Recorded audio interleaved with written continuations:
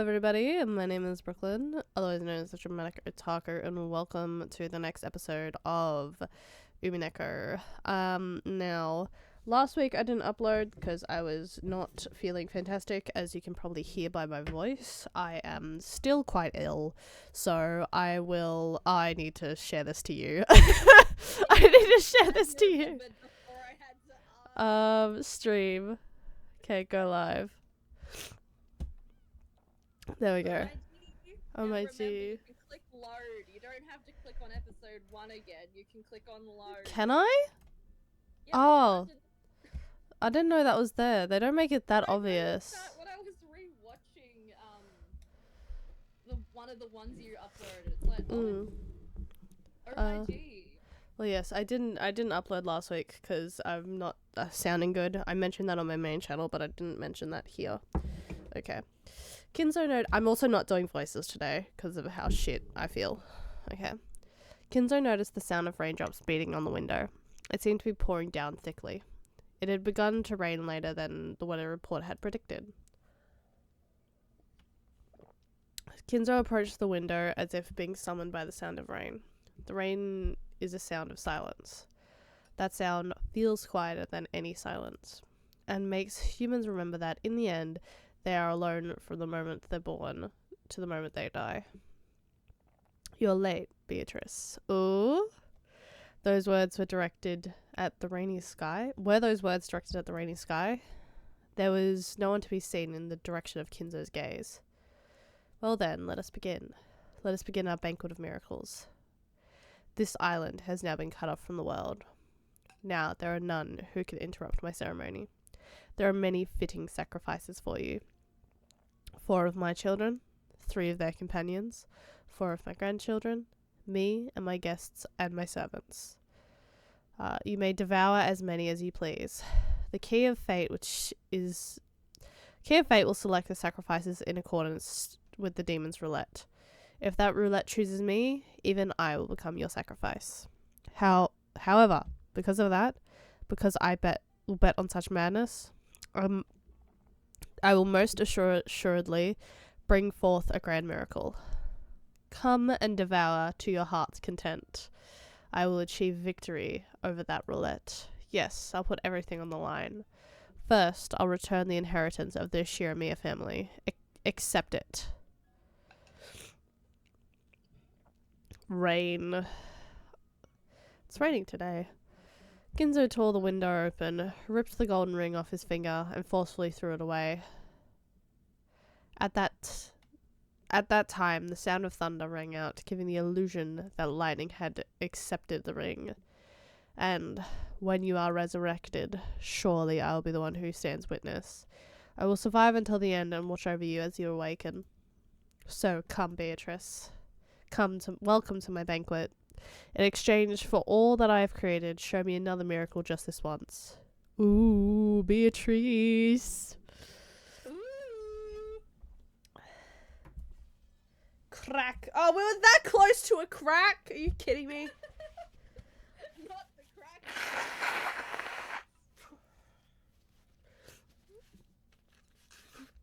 Next. 6 p.m. 6 p.m.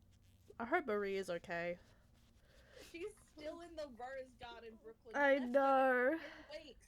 I know. A news ticker popped up on top of this TV program we were watching. The disaster report told how municipalities all over were continually sending out rain, flood, and wave warnings. Of course, the raindrops beating harshly on the window were even more convincing.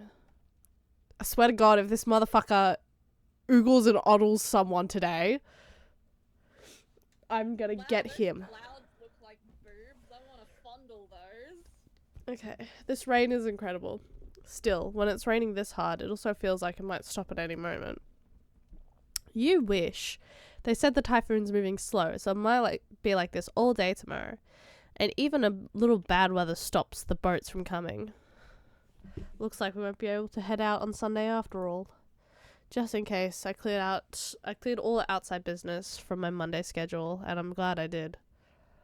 Which reminds me here, it looks like we'll get to skip school on Monday. Living on an island is starting to sound pretty good. Come to think of it, Jessica, you've got to take a boat to get to school every day, don't you?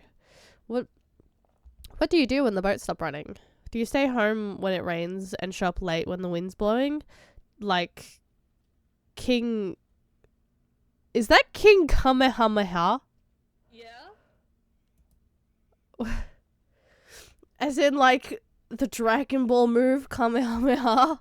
Yeah, Goku's actually part of Umineko. If the boats don't come, I stay home. Still, it's not as good as it sounds. Usually I'm ordered to study by myself, and it's not that fun with someone standing right behind you watching everything you do.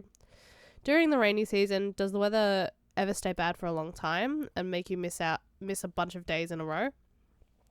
That does happen sometimes. Still, I'd get a call from my homeroom teacher every single day who'd sourly guide me on how I should teach myself and what I had to turn in. She can't skip school as easily as your managing battler-kun.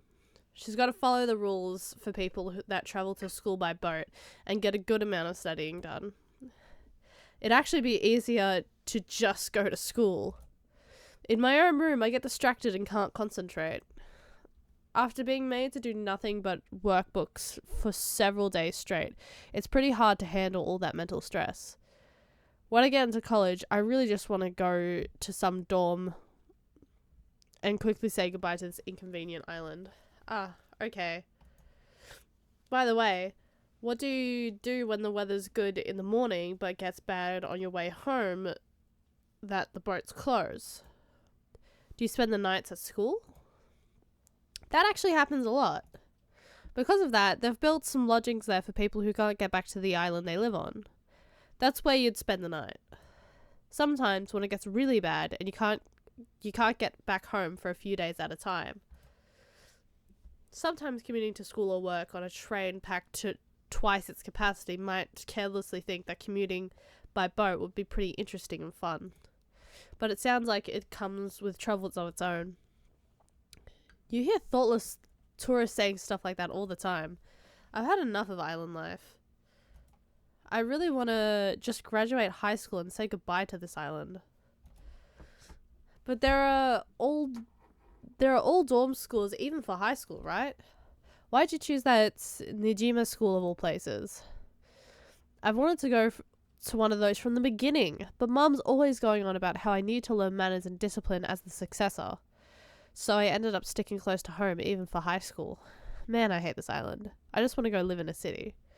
I don't care if rain or even spears fall from the sky, as long as I can move to a city where I can wear casual clothes and sandals and can get to a convenience store in less than 5 minutes.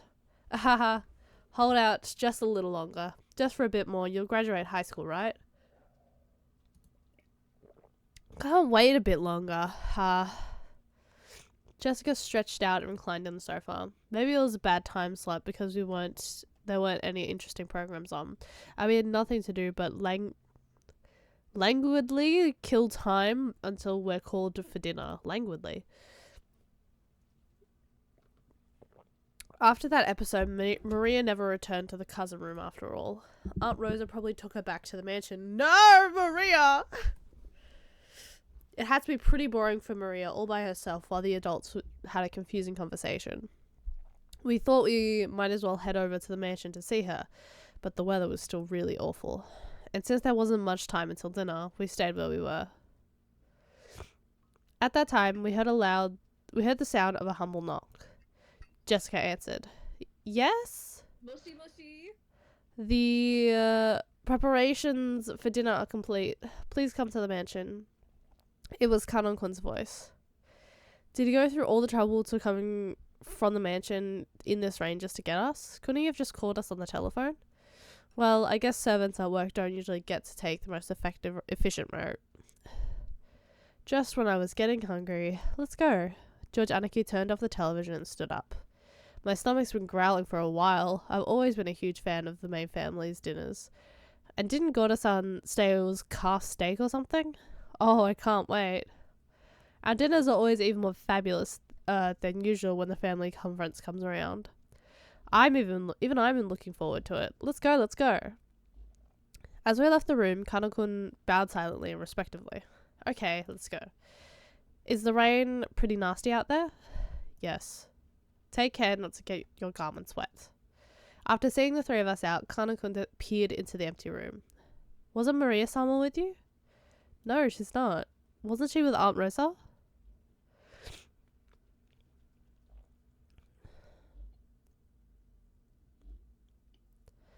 Rosa was lying on the sofa in the empty parlour, having fallen asleep before she knew it. She was bearing a burden that the children couldn't even imagine. That's why she only needed to let her guard down a little, before the weariness immediately dragged her into the world of sleep. Realizing this, Genji brought a blanket over to her. When he tried to spread it over her, her eyes snapped open as though she'd been shocked with electricity. Ah! Thank you, Genji-san. When she realized that the thing that had touched her was just a blanket, and Genji had been considerably giving it to her, she let out a sigh of relief. Did I wake you? My sincere apologies. No, it's okay. I hadn't planned on sleeping in the first place. What time is it now? When he was asked for the time, Genji checked the pocket watch that he took out of his chest pocket. It is slightly after 6. Rosa gave her head a little shake when she realized that not much time had actually passed, even though it felt like she'd slept for ages. I need to blow my nose! Oh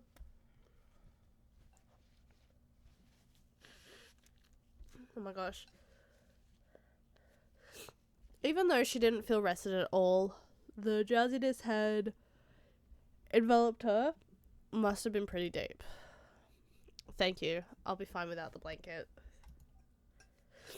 I mustn't sleep at such a strange time. My sense of time has been completely thrown off. The rain has finally started pouring down in earnest, hasn't it? Rosa finally realized the peaceful sound that had put her to sleep was actually the rain. The wind's blowing hard too. I wonder if the typhoon's finally here. That's what they said on TV. The typhoon is moving slowly, so I think it will be like this all day tomorrow. Really? So our last chance to see that wonderful rose garden must have already passed. From the window, what she could see of the rose garden was completely blurred by the wind and the rain. Maria.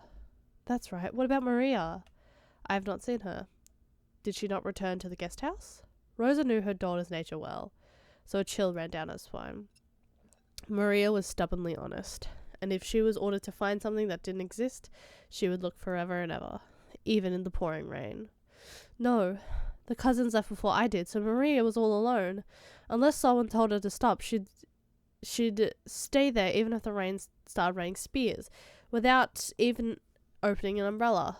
How could I have lost control of my emotions and done such a thing? Even though she'd known about Maria's simple honesty better than anyone, she'd once again lost control of her emotions and done something terrible. Maria! Rosa pushed Genji away and ran down the hall. The outside really looked like a typhoon, and the rain was pouring down spectacularly.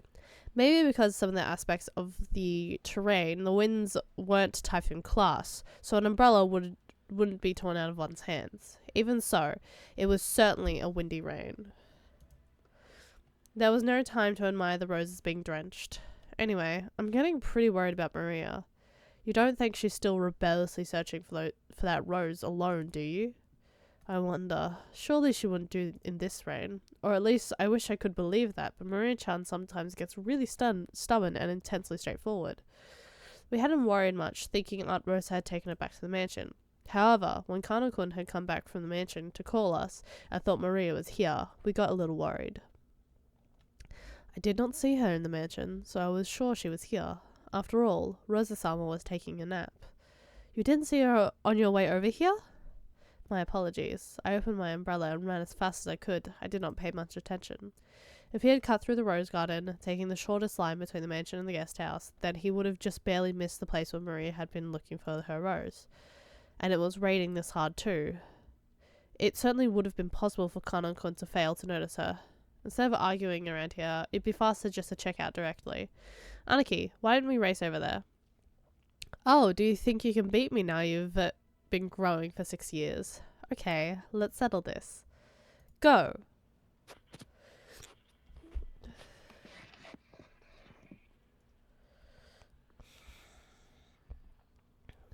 George, Aniki, and I flew out of the rain. Jessica and Kanon-kun followed us. Maria! If you're there, answer me. Maria! It's Aunt Rosa. Hey, Aunt Rosa! When George Aniki called back, Aunt Rosa jumped at him and grabbed onto him. Where's Maria? Isn't she with you? No, we didn't meet Maria-chan after that. Maria!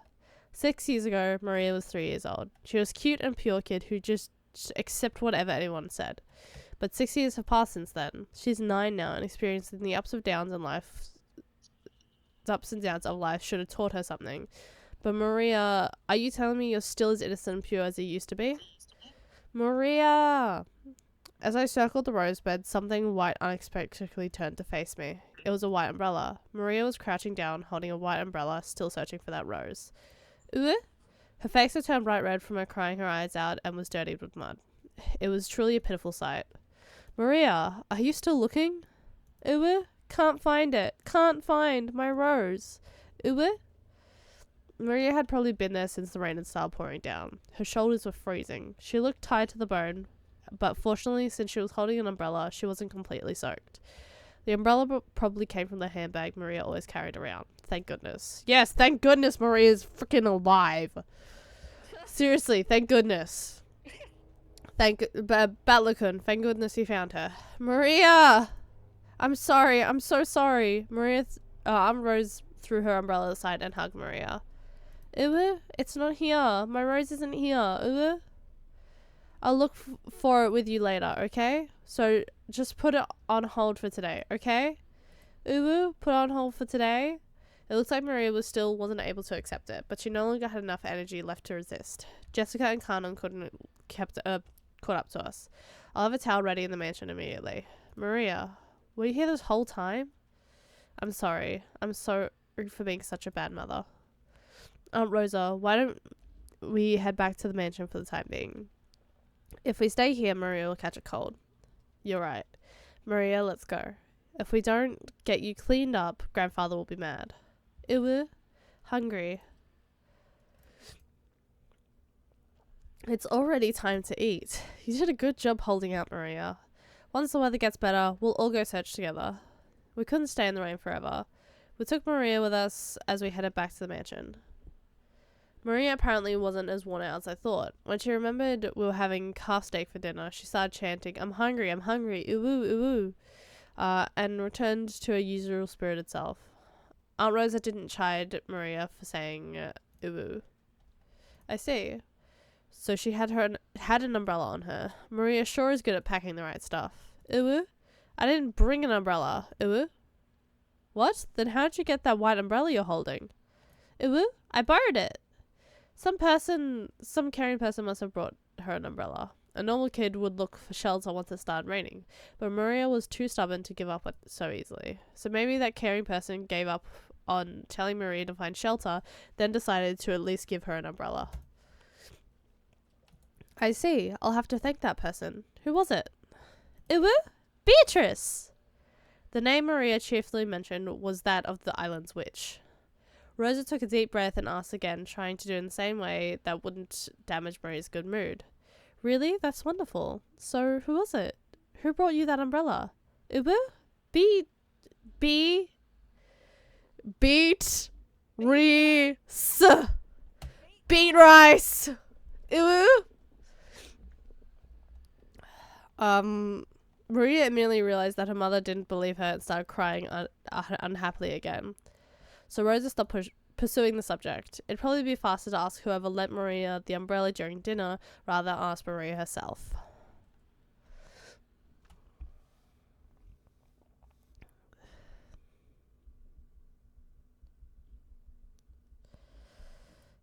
Father, please at least join us for dinner. Oh, this is Kraus.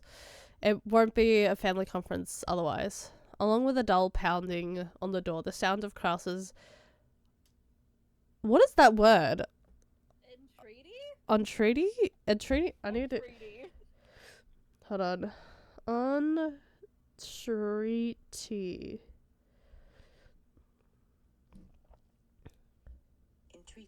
Entreaty. Okay. Entreaty could be heard. However, that voice seemed to be resigned to the fact that nothing it said would be heard. Kinzo-san, won't you at least come out for dinner? All your children have gathered here to see your face, haven't they?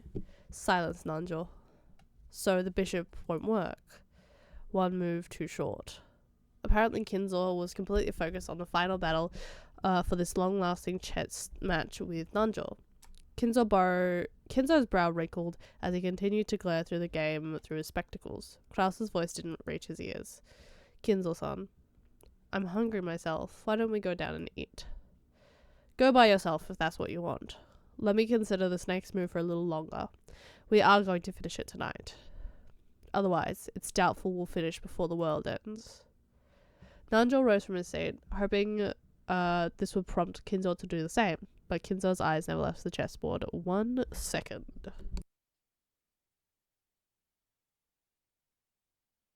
What's she doing? She's going somewhere.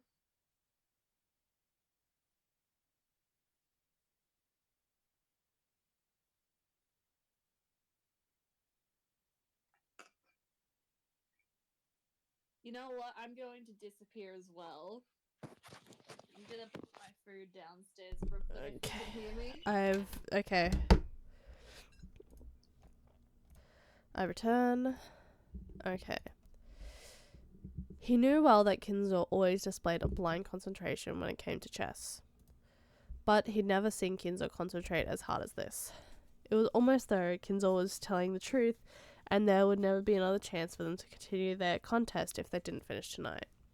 It seems that no matter how obstinately he called out to Kinzo, it would never reach the latter's heart. Nanjo gave up and headed to the door that Kraus was banging on. The door to the study opened. Kraus was taken aback, thinking that maybe Kinzo was actually coming out. However, Nanjo was the one who appeared, and Kraus let off a sigh of relief. Dr. Nanjo, is father? I'm sorry, I couldn't be of service. Right now, this room is Kinzo-san's whole world. Nanjo shook his head with a completely defeated expression. Kraus raised his fist once more and banged on the door, shouting, Father, can you hear me? We're heading down now. But please join us at any time you feel like it. All of your children are waiting for you. His voice was very loud, and he was making a racket pounding on the door. There was no way it wouldn't reach Kinzo's ears. Well, it was certainly reaching him, but he ignored it anyway. What's coming through the door? Because I heard that right as I came back. No one's coming through the door. It's just shouts. Yes, Mia came through the door. Yes, well, Kinzo isn't having any of it. Too bad, Kinzo. However, unlike the time he'd been called down for lunch, he didn't fly into a rage. By now, Kinzo was calm at heart, almost as though he'd taken on a philosophical view and turned himself over to fate. Neither dinner nor the faces of my children interest me in the slightest. I will only leave here if Beatrice is resurrected, or if I am chosen as a sacrifice for the key. The demon's roulette has already started spinning.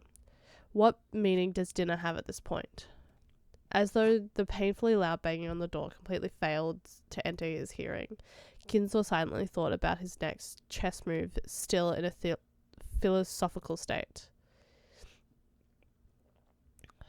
Just as always, Kinzo's figure couldn't be seen anywhere in the dining hall. Kraus, wearing a bitter smile, returned with Nanjo. Father says he's still not feeling well. He truly regrets missing this once-in-a-year opportunity to sit together with his gathered family. Eva and Rudolph snickered. Given Kinzo's personality, there was no way he'd show signs of regret, and none of his relatives showed any regret at his absence. Then why don't we start dinner? Gora, begin. Certainly. I forgot about this fucker. Well then, if you'll allow me. When Goro was told to start the family conference dinner, his biggest time to shine of the whole year, he nodded with a broad grin. May I ask who lent Maria an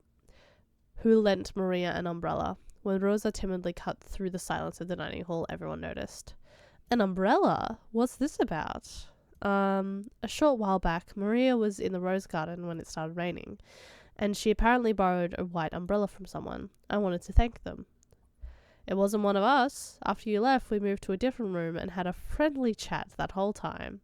Haha, that's right. Even after that, the siblings had a real friendly chat. The word friendly felt kind of awkward from Hideyoshi's lips.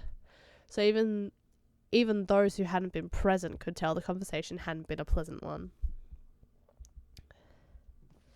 At the very... One sec.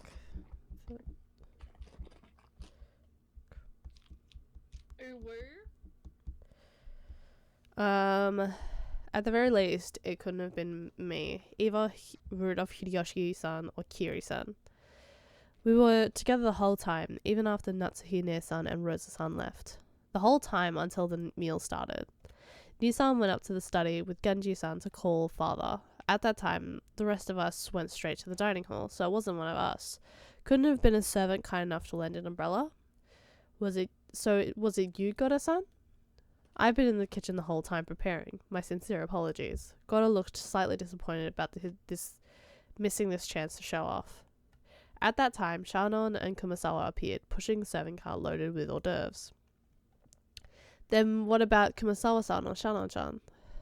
Yes? Has something gone wrong? Because Shannon had come in part way, she shrank back, mistakenly thinking the others were searching for one responsible of some error. It isn't like that. It started to rain when Maria-chan was alone in the rose garden. After that, someone lent her an umbrella. Aunt Rosa said she wanted to thank that person. Uwu? Beatrice. Maria, her mouth on a thin line, said the witch's name in a small voice. Aunt Rosa explained the situation one more time. As she did, Kumasawa cackled. Oh ho ho! Oh, that's me! Yeah. Wasn't us? Shadow-chan and I were preparing the rooms together so we should not go outside. Yes. I'm sorry I wasn't able to be of assistance. Preparing the rooms? What do you mean by that? Because of the rain? We thought it would be troublesome for all the guests to return to the guest house, so the servants were ordered to prepare the guest room. Inflection is the French voice, even Yeah. his accent. Yeah. Prepare guest rooms inside the mansion. Really? How thoughtful. Yes, it certainly would be rude to chase us out inside the rain. Could you give it a rest? Yes, after receiving those orders from Madame Kumasawa, Kanako and I started preparing the rooms. Then it became time for dinner, so Genji-sama ordered Kanako to the guest house to summon the children. Yes. Did Kanon-san find Maria on the way to the guest house and hand her the umbrella? Ooh, wrong! The person who had actually received the umbrella denied it. Rosa was troubled. All she wanted to do was give the word of thanks to the person who had lent the umbrella, but she couldn't find them. She thought asking like this with everyone gathered for dinner would work immediately. Then, was it you, Natsuhine-san? I'm sorry. After everyone's friendly chat, my headache was so bad that I've been resting in my room. Therefore, I did not go outside. Then who was it? George-kun and the kids? That can't be right. No, it wasn't us. We were watching television in the guest house the whole time. Actually, we thought Maria-san had just gone back to the mansion with you. Then Kanokon came and asked whether Maria was with us. That's when we first realized that she wasn't in the mansion. I mean, if it were me, I'd have grabbed her hand and pulled her under the roof before giving her an umbrella. Rosa was completely baffled. One by one, the relatives and servants denied that they had done it, even though it really wasn't something anyone needed to hide. So, by process of elimination, the number of remaining candidates wasn't large. Of course it wasn't me. Right after it began raining, I visited Kinzo-san's room, and I was playing chess with him until just now. Which means that it also wasn't grandfather. Wait a sec. Isn't it starting to get a bit weird? Who's left? Then who was it? Kenji-san? Huh? Wait a second, don't get me wrong. It's not like I'm searching for some culprit or anything. All I want to do as a mother is thank the person who gave Maria an umbrella in the middle of the rain. Giving an umbrella to a girl loitering in the rain was something to be praised, not hidden. Despite that, no one raised their hand. Why not? Everyone was started whispering about how strange it was getting. Calm down, Rosa. Why don't we just ask the person who was lent the umbrella? That's what everyone had been thinking since the beginning. They were all scratching their heads at why she didn't just ask Maria who'd been given the umbrella. However, Rosa bit her lower lip. After all, she already knew how Maria would answer if asked. Of course, Rudolph-kun's here's got it right. Maria-chan, tell your uncle, who lent you the umbrella? Beatrice! I like the little bounce. Hold on, I need lip gloss. Lip smack when you're like, Beatrice! Beatrice! No, it's because I'm sick, my lips are all dry and cracking. I thought you were going to be a little cunty. No. Time to get a bit cunty now that Beatrice is coming out. The dining hall was wrapped in silence for an instant, but it soon erupted in a burst of laughter. Ha ha ha, I see. So Beatrice, the witch of the forest, felt pity and let her an umbrella. What a lovely story. Rosa, there you have it. Rosa couldn't believe it. Even though she had just wanted to say thank you for the umbrella, why did everything have to be so clouded in smoke? Ooh, just like Uncle Klaus said, Beatrice let me borrow it. Ooh. Ha ha ha, isn't that wonderful? We should all be jealous of such purity. What do you think, everyone? Ha ha ha. Oh. Kraus was laughing with a face that was clearly mocking, but Maria was so overjoyed, apparently convinced that her claim was being believed. How did that work? Does that mean a witch really appeared and lent her an umbrella? Jessica asked me in a small voice that wouldn't carry over to Maria, who was sitting across from me. Has Maria ever been the type to make jokes? If we'd heard that kind of story pop out of my old bastard's mouth, we would have taken it as another joke. However, it was hard to explain it in a way like that when Maria said it. This is getting pretty unnerving. No way. She's always been frank and serious. She's the sort who'd believe any joke, even ones normal people could instantly tell were lies. I've never heard of her cracking a joke. Aunt Rosa probably knew that better than anyone. It appeared that because of this weird situation, she had no idea what was going on anymore. So if Maria says she borrowed the umbrella from Beatrice, that must mean it really was Beatrice. We're talking about Maria here, so I can't think of it as any kind of metaphor or joke. It might be the best to take what she said at face value. Then what's going on? Are you saying Genji-san or someone put that fancy dress from the portrait and gave Maria the umbrella? I'm not sure about that. Actually, that's what I want to know. Jessica shrugged jokingly, but his expression didn't completely match her attitude. Once the hors d'oeuvres was set out and Godo showed off the vast store of knowledge, the meal began. A couple of casual chats broke out here and there, but they seemed somehow distant. The meal ended up being so quiet that you couldn't ignore the sound of the rain sneaking into the dining hall.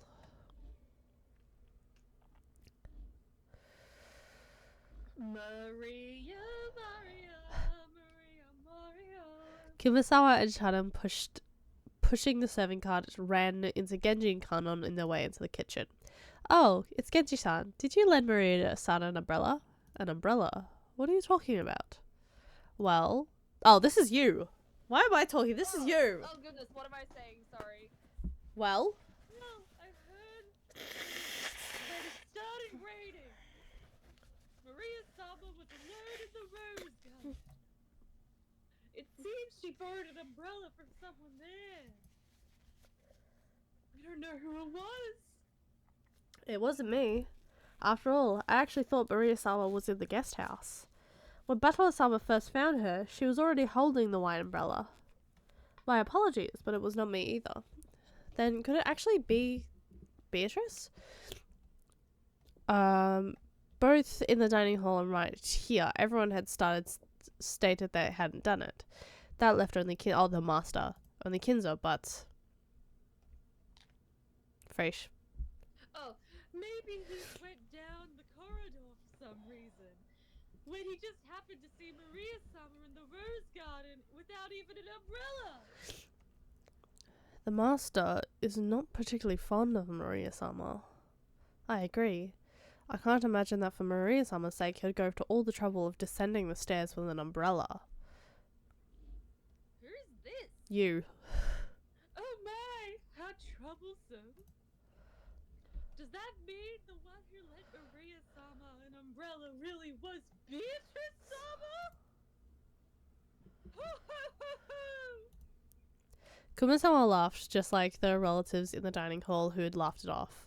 She couldn't think of any other way to break through the smoke, veiling the current situation. Just then, the crisp sound of hands clapping twice rang through the halls. They all turned around once to see Gora coming out of the dining hall. Okay, everyone. When serving dinner, proper timing while setting the table is essential. Please immediately see to setting out the soup. Genji-san, the women are in the middle of an important job, so please don't get in their way. Kanon glared at Gora for being rude to Genji, a person Kanon respected. Genji, realizing this, patted Kanon once on the shoulder as a warning. Kanon reluctantly turned away and returned his expression to normal. Obey Gora's instructions. Hurry and prepare the dinner table. Come now, there's no time. Don't dawdle. Hurry. Gora grabbed the serving cart from Shannon and suddenly pushed it towards the kitchen. I hate Gora. This is you? Then please allow us to return to the kitchen. After all, Gerda-san's temper is very short, Please, excuse me as well. Kumasama-san and Shannon left. Only Genji and Kanon remained. Through the window, the darkness of a rainy night could be seen, along with the occasional thunderbolts. Genji-sama, did Beatrice-sama really return? I don't know. Shall I inform Martin?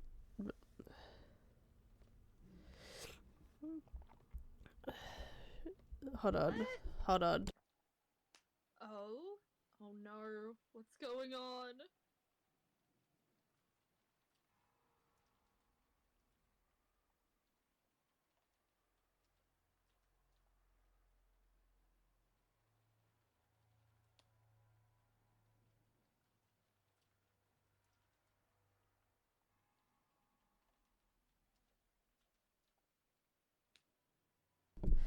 Shall I inform the master? That is not necessary. If she truly has returned, she will eventually appear before the master of her own accord. Furthermore, she is a fickle person. It would be pointless to report to the master only to find that she does not appear. I wonder if this means the master ceremony has already begun. Probably. However, there's nothing to do with furniture like us. We must continue to return the favor we received from the master until our final moments. Yes, that is furniture's duty. Ooh. Thunder crashed once more. Except for those instants when the lightning lit up the sky, nothing could be seen out the window but the darkness of night. Just as humans rule when the sun is up, those that are not humans rule when the sun is down. The darkness of night, now surrounding Rokkenjima, was ruled by another master, not the Shiromiya family. Did this master take pity on Maria when she was all alone and being pummeled by the rain in the rose garden, lending her an umbrella? Kanon looked at the rose garden's lights, dimly visible beyond the window. The dim lights weren't enough to illuminate the surrounding area. Looking at those lights felt like making eye contact with the witch, and Kanon forced himself to avert his gaze. If he didn't, he felt like his eyes would be absorbed by that light. Oh my gosh, my nose. Not your nose. Can the weather change how people act? You often hear stories about things like atmospheric pressure can influence people's moods and physical health. For some time now, everyone who's been struggling to clear the gloomy atmosphere, but any conversation was quickly cut off, and in the end, the dining hall was simply filled by the sound of rain. Dessert was some kind of chocolate cake, accompanied by a pear sherbet. Gora enthusiastically explained the recipe as soon as the final dish was presented, but I quickly forgot the details. The guest of honor, grandfather, was absent. The weather was horrible, and the identity of the one who'd lent Maria an umbrella remained a mystery. When dinner ended, no one felt even one bit refreshed. It was too late now, but I realized painfully that the taste wasn't only an important part of the meal. The whole atmosphere was also critical. Gora-san was the supposed conductor of this musical piece called Dinner did his best to enliven the place, dropping little jokes left and right, but apparently not one of them succeeded. Feels bad.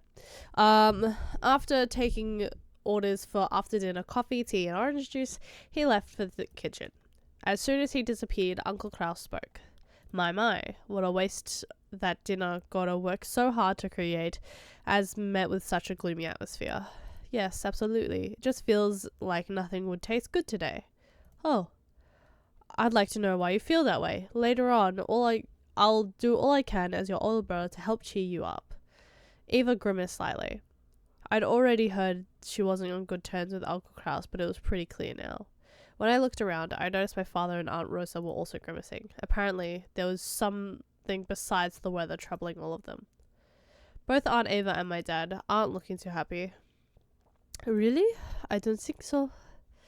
I like the French accent. I like giving Natsuhi the French accent. You gotta give her a French accent. If no one else has an accent, she better have a French one. Yeah, she just gives the vibe, you know? Yeah, she's so French. Even though her name's Natsuhi. You know, the one of the only non-Western names in this entire fucking game. Yeah. She's just French. I asked Aunt Natsuhi, who was sitting on my right, but she seemed to be in a bad mood as well. She snapped back as if to say she was absolutely not interested. Well, our adult conversation... I would really love to do the, I think, Cockney accent that I gave Hideyoshi, but I just don't have the energy for it. Because I love voicing Natsuhi and Hideyoshi. I don't really like voicing all the other characters. Hideyoshi! You know what? I can try calling Alex in and he can do the accents when we ask him to. Nah, don't worry about it. Nah. We'll pull him in later. Mm. He can be one of the...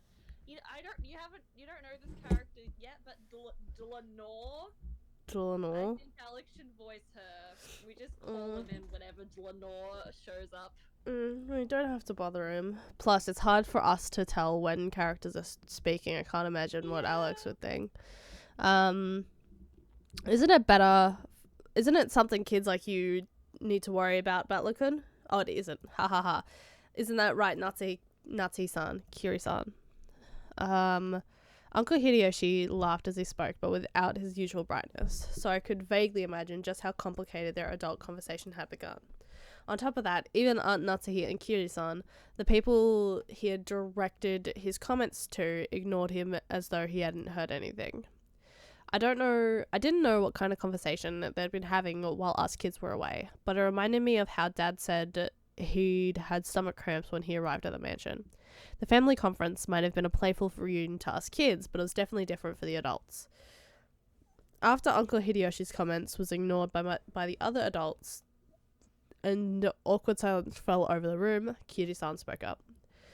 We were talking about how the kids' careers would turn out, such as what lies in your future, Battlecon. Will you just drift on to college? Wouldn't that be a little disheartening as the starting line for the long race of life? Hey, wait a sec. Kiri-san, if you started talking about something like that in the middle of a meal, it won't digest well and we'll just end up getting constipated. Wahaha, that's right. That's right. We were just talking about Battlecon and Jessica-chan's careers. We've got to think seriously about the future. Ha ha ha. Hideyoshi hardly agreed if they really had been talking about that, but that was probably wrong. Kiri had obviously been trying to change the subject. However, if Kiri-san had determined that this was the best course of action now, then she was probably right. Fuck, I need to sneeze. Okay, no. Taking this into account, I cast aside my suspicions to the cause behind Aunt Eva and Dad's bad moods. At long last, the serving cart returned, filled with coffee and tea. Damn, our favourite 2 drinks. Oh my gee. Okuma-sama-san and Shano-chan served it to everyone. Gora-san then explained that this concluded tonight's meals. If only the mood had been a bit more cheery, it might have been the best dinner in my life. It was a shame that this best of dinners couldn't have been under the best conditions. Iwu, George Adi-chan, is dinner over now? Over? Yes. With this, dinner is finished. Don't be rude. Stay in your seat and calmly drink up. Iwu? Maria looked like she was really excited by the crashing thunder. Maybe she wanted to quickly finish eating and run over to the window. She had been fidgeting for a while, waiting for the meal to end. Some people are afraid of thunder, while others find it interesting. Maria was apparently one of the latter sort. Therefore, when she heard from George Adaki that dinner was over, a huge smile broke across her face. She rose from her seat, took out her handbag, which she set under the seat, never having had left it while she was eating, and began fishing around inside of it. Oh my gosh. Sneezy Gil. I'm not sneezing, you would hear me sneeze. I'm just blowing my nose. Blowing it. No. I am not that.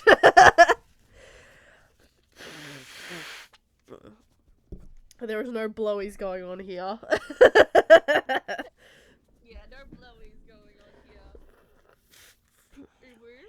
Oh my gosh. Okay. No one seemed particularly concerned by this behavior. She's waiting for Beatrice. What's that? Where did you get it? George was the first to notice it. As he spoke, Battler noticed it too. Ooh. They saw that Maria was now holding a beautiful Western-style envelope. On the front of the envelope was the Ashiramiya family crest. The one-winged eagle was done in gold leaf. Furthermore, the fact it was sealed with a dark red wax made it clear this wasn't something Maria could have brought as a prank. Maria-chan, well, what is that? It seems that Natsuhi also noticed the strangeness of the envelope Maria was holding. Her voice sounded too serious for someone admonishing a small child, so the relatives around us finally noticed too. What happened, Natsuhi Nisan?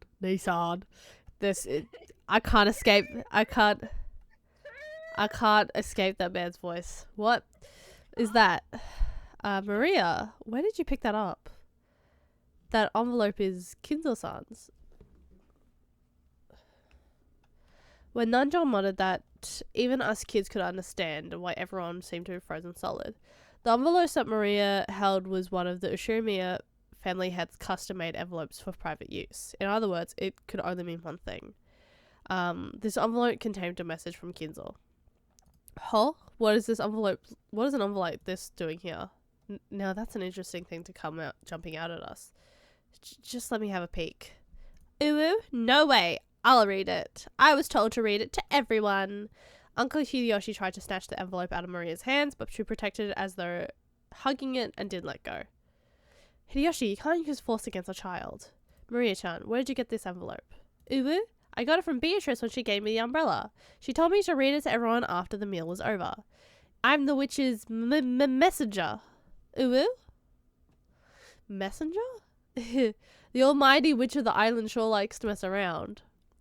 Battler tried to joke around about it, but no one laughed. I wonder what's written inside this, Maria-chan. Uwu? Gonna read it. Uwu? Maria casually opened the envelope. It was sealed with only wax, so she just had to remove the sealing wax to open it. That sealing wax fell into the desk. Hideyoshi hastily picked it up and stared fixedly at it. He then set it in the center table where Natsuhi, Kiri, and Nanjo stared at it. Imprinted on the sealing wax was the one-winged eagle, which was the Shiramiya family crest and was also Kinzo's personal crest. This is the family head's personal crest? I know it from the letters I've received from Kinzo-san before. Without a doubt, this is his wax seal. But aren't there several things as mentioned bearing that crest? For example, there was some kind of stamp for wax seals. Couldn't someone other than Kinzo have used it? No, Kinzo would always use a ring on his finger as proof of the Shiramiya family headship when he sealed the wax. The same ring that he threw out the window! This shape has a complex design, and it's definitely Kinzo's seal. That's not necessarily so. Anyone in the family must have received a letter from father at least once. We can't eliminate the possibility that someone used that wax as a model to create a fake wax seal and pass themselves off as father. I agree with Anarchy. No matter how much the seal resembles Dad's, we can't prove that it's the real thing. So it doesn't prove this envelope came from him. I absolutely agree. I cannot approve of arbitrarily deciding that this letter came from father, based solely on the wax seal. Dr. Nanjo, can you use a bit more discretion with your vague words? I apologize. It's not my place to speak. One after the other, all the siblings from Klaus on downwards rejected Nanjo's statement, saying that the envelope Maria held wasn't necessarily from Kinzo. They were all afraid. They feared from the bottom of their hearts that Kinzo's intentions were written on there, and that it might be some announcement regarding the inheritance that would be decidedly unfavorable to them. Maria, the person who gave you that envelope was the same one who lent you that umbrella, right? Uwu? I don't know what Uwu means. Is it true? Uwu! Yes! Uwu. So in other words, the witch Beatrice gave Maria-chan that envelope along with the umbrella. Uwu? Maria nodded forcefully. I agree with my husband. It's a dubious letter handed over by a suspicious person. It isn't even worth reading. There's nothing wrong with just reading it, right? Butler said it to Jessica in a small voice, trying to act tough, but Natsuhi heard him clearly and glared at him with threatening eyes.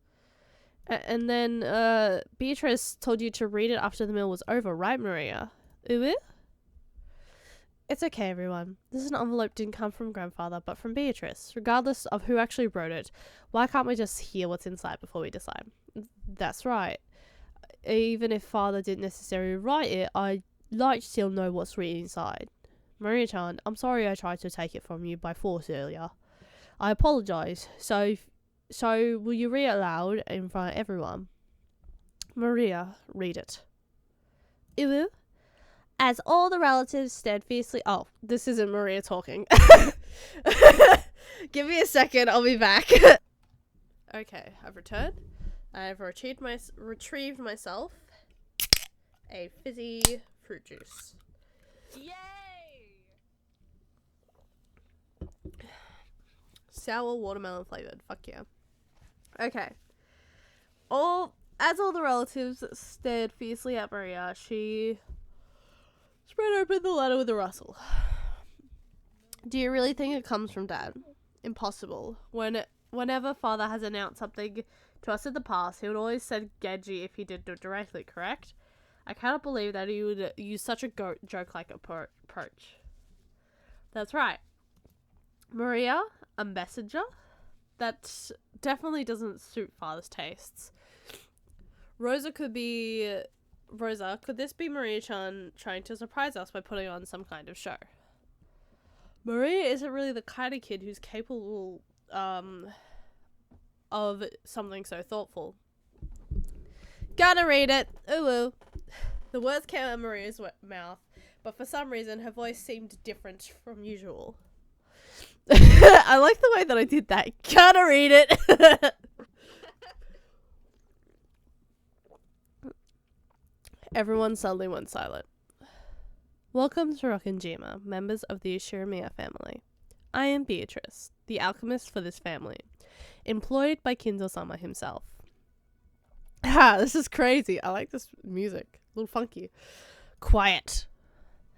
I have served him for many years in accordance with our contract, but on this day, Kinzo-sama has announced the final suspension of that contract. Therefore, I ask that you acknowledge my resignation from the position of family alchemist from this day forth. How foolish. What nonsense. I can stand to listen to it. And this is some funky music. Hell yeah. Hell yeah. And now there is one part of the contract that must be explained to all present. I, Beatrice, lent Kinzo-sama a vast quantity of gold under certain terms. One of these terms specified that all the gold is to be returned to me upon the termination of the contract. Furthermore, I am to receive everything of the Ishiramiya family as interest. Ridiculous. it's been ridiculous from the very beginning. So basically, one of those things, right? Doesn't it sound like just one of those contracts with the devil? The contract has expired, so they've come to collect the interest. Is she trying to grab some retirement money for her old age or something? What a cheeky witch. Badler-kun, now isn't the time to joke around. Badler made a face as to ask, I can't make fun of this, then what can I make fun of? Some of the adults' faces were pale, while others looked dazed. After hearing this, you may feel as though Kinzo-sama has been savagely ruthless. However, Kinzo-sama did append a special clause to the contract so that you would have the chance to preserve your wealth and honor. If and only if that special clause is fulfilled, I will lose my rights to the gold and the interest for all eternity. A special clause? What is it? A special clause. Beatrice retains the rights to collect the gold and accumulated interest upon the termination of the contract. However, if someone is able to discover the hidden gold of this contract, Beatrice must abandon these rights for all time, and the collection of the interest will proceed shortly. But if any one of you fulfills the terms of this special clause, I shall return everything, including the portion that has already been collected. Furthermore, as the first step in this collection of Kinzo-sama's debt, I have taken possession of the Ushirimiya family's head ring, which signifies the passage of the Ushirimiya family's headship from one individual to the other. I ask that you confirm this for yourselves by examining the imprint of the wax seal. Are they trying to claim that that's the meaning behind this seal? That father would relinquish his ring? Unthinkable. Kraus stared at the sealing wax, as if to burn a hole through it. Eva and Rudolph were doing the same over his shoulder. Come to think of it, when we were playing chess, I did have the strange feeling that something was missing from Kinzo-san's finger. Dr. Nanjo! Don't say something so careless that, just because of a vague memory. We can't prove its authenticity here. Only by asking Father directly can we determine whether he really handed over his ring and whether this letter tells the truth. That's right. That's just as Kiri-san says. Do you really think Kinzo-san will tell you? After all, that person's thoughts sometimes surpass the bounds of common sense. No matter what happens, it's still nonsense. In the first place, the illusion of gold itself on Father's finger is one of Father's tricks. I've already had enough of that gold from the rest of you. But this is the witch speaking, right? About all the inheritance and all of the assets that will be handed over to the one who finds the gold ring, right? So maybe Beatrice-sama is Father's legal advisor or in charge of his funds. We can't possibly trust some strange person when trust such a suspicious people to a child. Anarchy, we need you to be frank with us. Is it possible Dad's assets are being managed by someone you don't know? No, that's impossible. As the family's head representative, I have control of Father's assets. It should be impossible for anyone to do as they please with them without me knowing it. So, this must mean that there's some assets you don't control, right, Krasny-san? How foolish! Such assets couldn't possibly exist. Oh, but there is such a thing. And assets of Father's that you don't control. There is no such thing that could exist. No, it does. If Father's... No, Beatrice's hidden gold. Let's keep it simple. In short, Dad has some trusted confidante. No, Vogel would say confidant. Confidant that Anarchy doesn't even know about. Furthermore, this person has always been in charge of watching and managing the gold. Or could be someone eccentric. Rich person who's offered him a loan with the rules like Devil's Contract. Could it be that person, this confidant that Beatrice is trying to test with Kinzo's children, is most worthy to be financed by her gold? Kiri's question was that of all the siblings wanted answered. Upon reflection, they realized that Kinzel's strange epitaph had hung on the wall beneath the witch's portrait for quite some time. And while it had long been whispered that whoever solved the puzzle would receive everything, no one had ever clearly stated it. It was just something that everyone had hoped might be true. And right there, right now, the thing they'd hoped for had been clearly stated in Beatrice's letter. It clearly specified that everything of the Ushumia family would be given to the one who found the gold. Kinzo-sama has already publicly displayed the location of the hidden gold within the epitaph under my portrait. The rules apply equally to all who can read the epitaph. If you discover the gold, I shall return everything to you. Tonight, I ask that you enjoy your battle of wits with Kinzo-sama to the fullest. I sincerely pray that this night be both intellectual and elegant. Beatrice the Golden.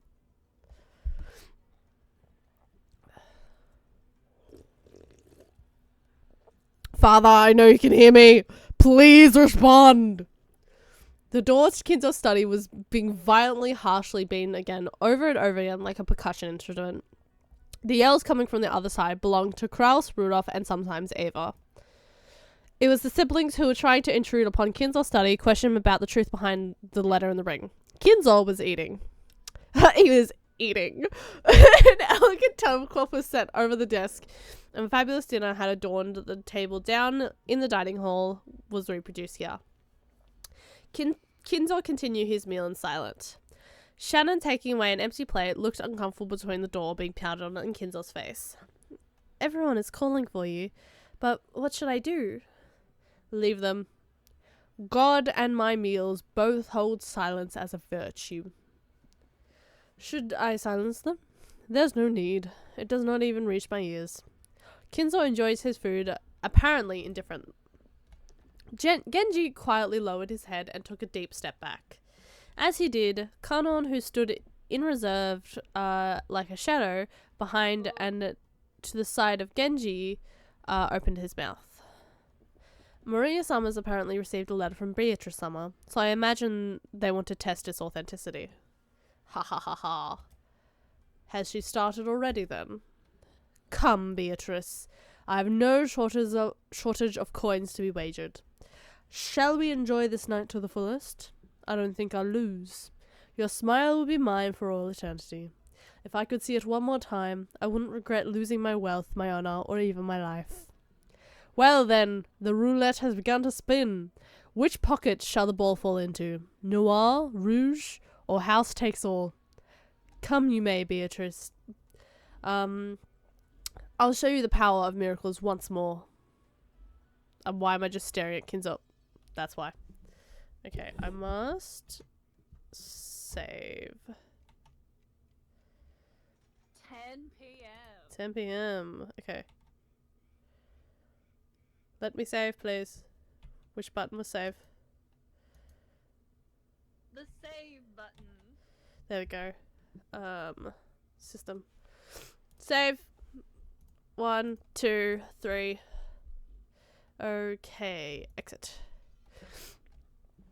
The strange letter that the witch had entrusted to Maria wiped all memories of dinner from our minds.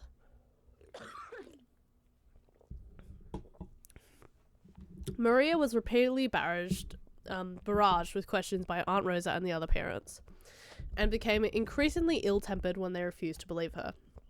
If we kids tried to butt in, they'd probably ignore us. Our parents were all stirred up, firing back and forth about gold and distribution of the assets, and completely forgetting we were even there. I'd already guessed they'd been talking like this in the shadows, but I hadn't thought they'd be so blunt. It gave all of us kids a considerable shock. From what we could overhear, all the parents wanted more money as soon as possible. Back and forth about grandfather's inheritance. Back and forth about the distribution of the gold if it was found. About advance payments and cash. It was so despicable I could barely watch, even though one of them was my own father. It looked like Jessica had felt the same. We left our seats without being asked to and went to hang out somewhere well away from our parents' way. I get it. Now I totally see why grandfather hates coming down for meals. I'm so disillusioned with our parents right now. about money and inheritance. How can they act that way right out in the open? Well, I'm already completely disillusioned with my old bastard. There's no way I could think any worse of him. That's exactly the same for me. Still, that freaking shocked me. Shocked me to the core. Jessica looked down at the floor, irritated. She was always talking about how bad her parents were, but maybe she hadn't really felt that deep inside. The depths of Jessica's shock made that clear. Your old mind is being supported by your parents, so you might not understand. But getting money is neither simple nor a pretty thing. I won't try to force you to understand right now since you're still kids. I forget that George is 23 in this. So the same age as us, but okay. Here it is. Moving on. I didn't get a lot of that. I kept cutting out because my internet decided to drop at that point. George is an interesting fellow. Okay. There's a reason why he shares a name with a Dream SMP member. Oh god, no. Do best in their own way. Oh, great. George Anaki's gotten all mature. George Nissan, I know you're working hard as, sorry.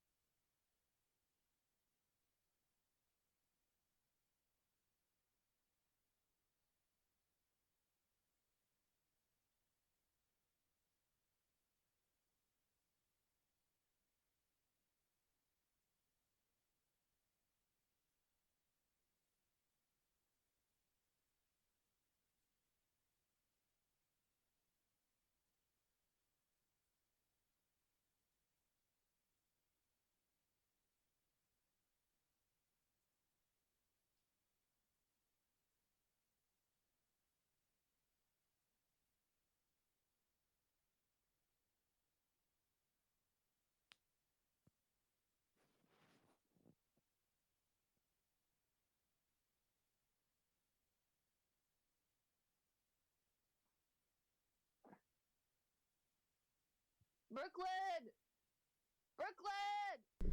I have been on mute this entire fucking time!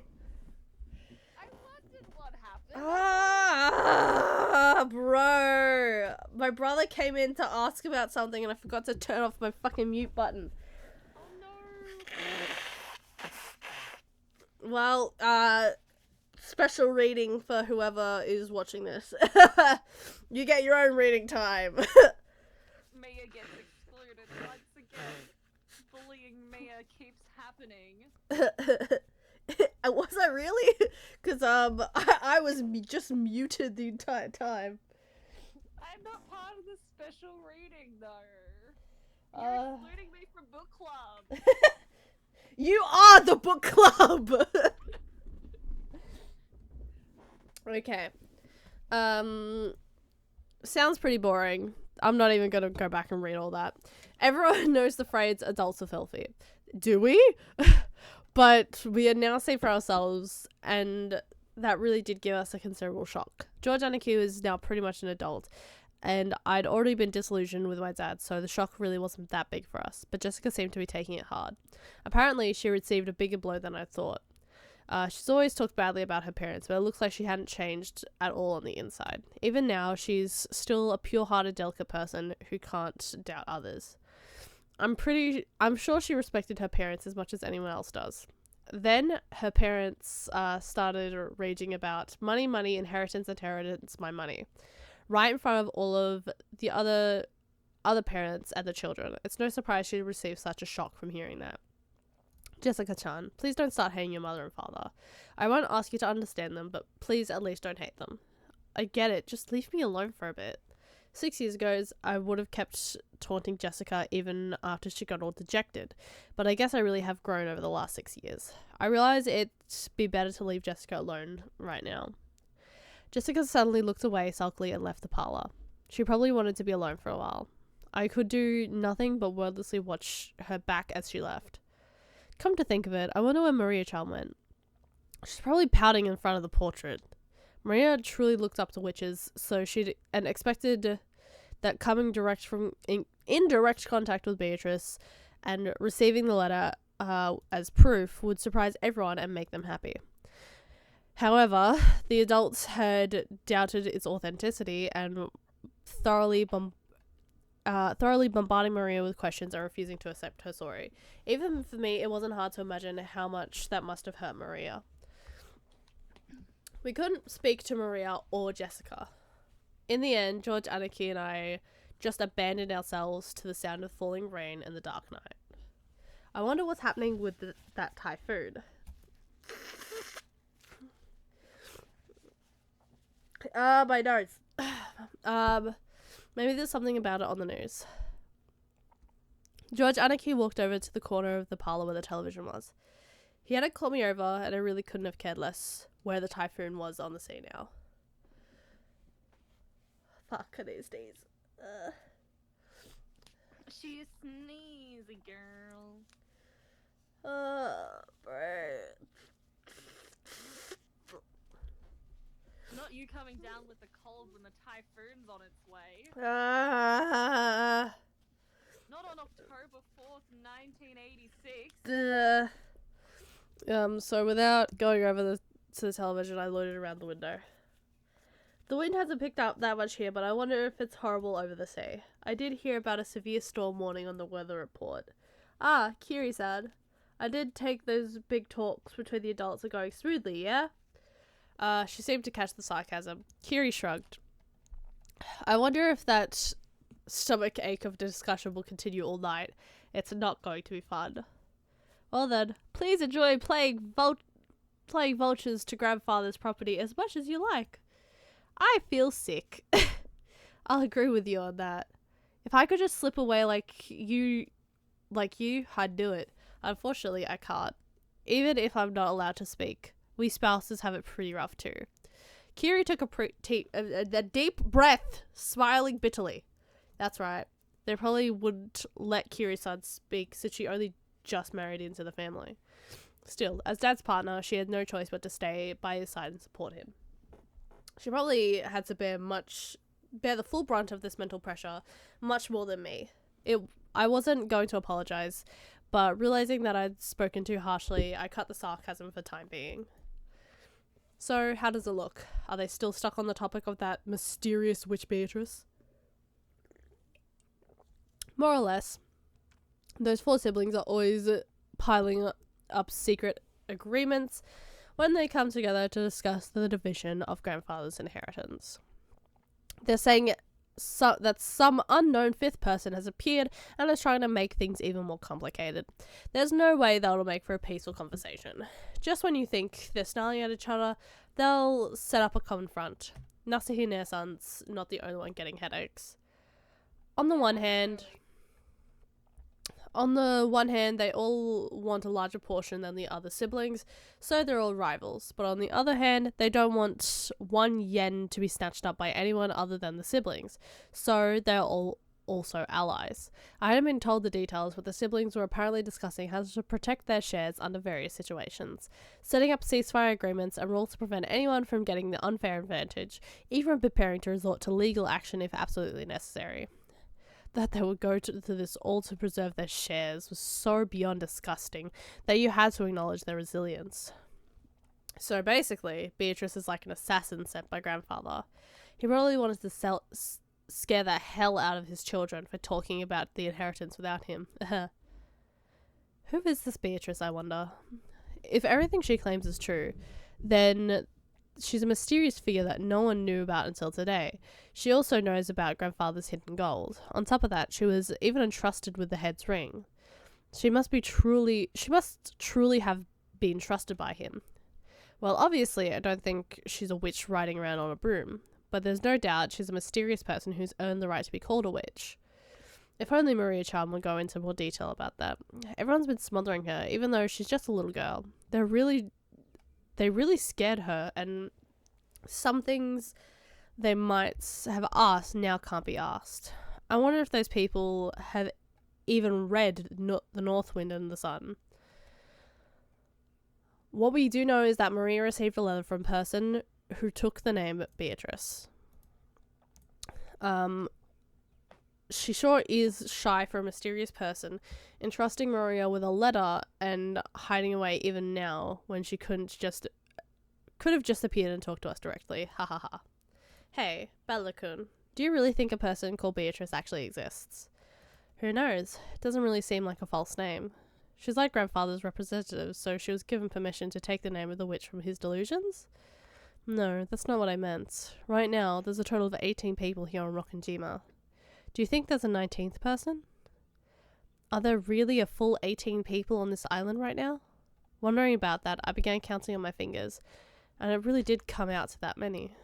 Do you think that the 19th person exists? What exactly do you mean? Just what I said. The person who lent Maria that umbrella supposedly wasn't one of the 18 of us.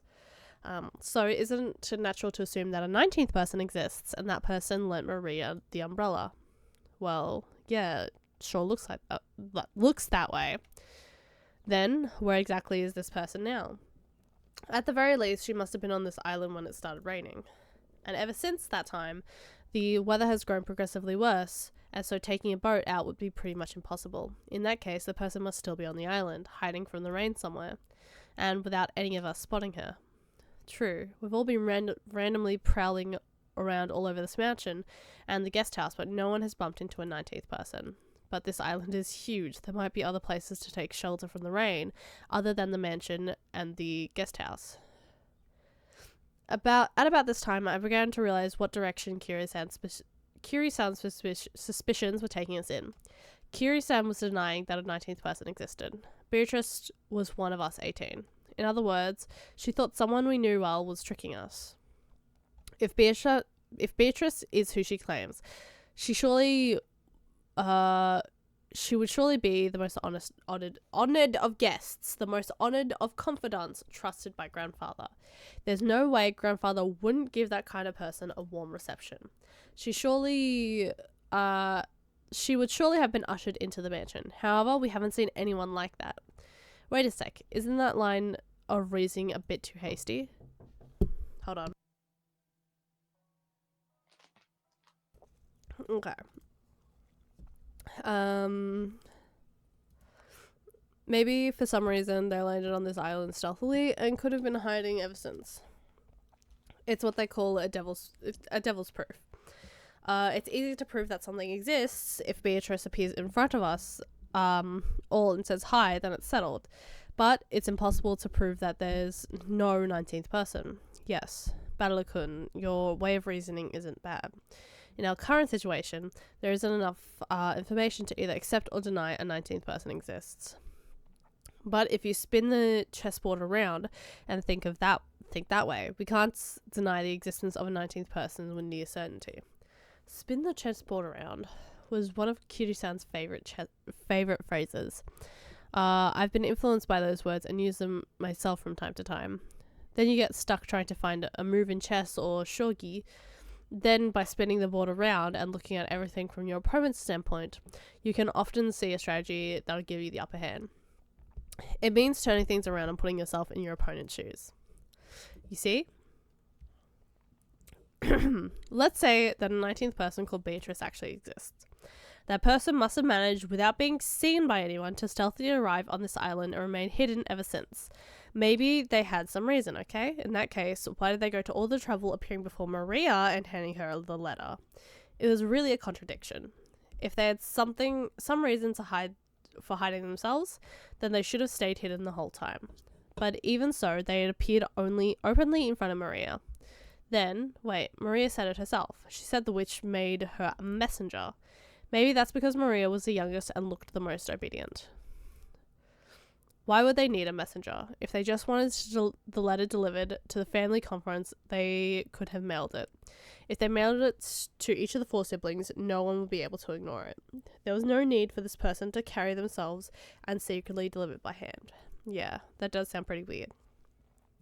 In the first place, if Beatrice existed and wanted to make her presence known to everyone, then she could have openly presented herself in front of all of us. Despite that, she chose a vague method of appearing through a little girl called Maria-chan, and only gave us a vague impression of who she was. Contradiction. Let's go a little deeper, shall we? She appeared in front of Maria, trying to give us the impression that a 19th person existed, and yet she still hasn't appeared before us and is hiding somewhere at this very moment. Think about all those contradictions. You've got to keep these things in mind when you spin the chessboard around. In short, if a person wants to leave us with the impression that Beatrice exists as a 19th person, what might their goal be? If the person wanted to hide, then they wouldn't have made their presence known. If they wanted to show themselves, they would have used the roundabout approach of entrusting someone with a letter, which means it's simple. Beatrice is one of the 18 people. That's why they want to create the illusion that there are more than 18 people. The 19th person was revealed so spectacularly. If someone were to profit from this, it wouldn't be some 19th person hiding. It'd be one of the original 18 people. Of course, this reasoning is full of holes. If you turn over even a few of its premises, it'd simply fall apart. But I'm almost completely certain it's correct.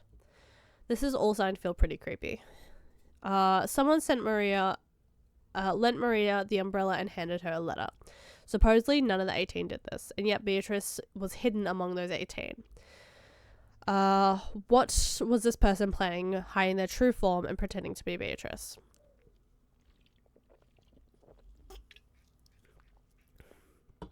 I expected... Kumasawa appeared for a second. I didn't know why you paused for so long. I was drinking.